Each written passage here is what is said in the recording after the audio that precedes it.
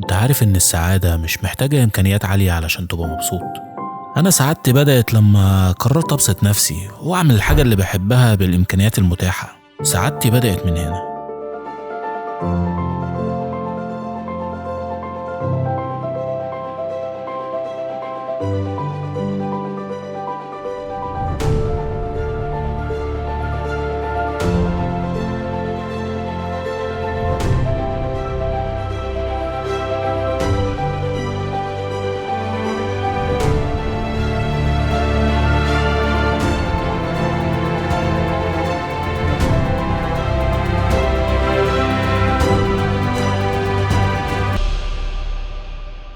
رغم إن عندي بيزنس والتزامات، لكن ده ما منعنيش إن أنا أكون سعيد.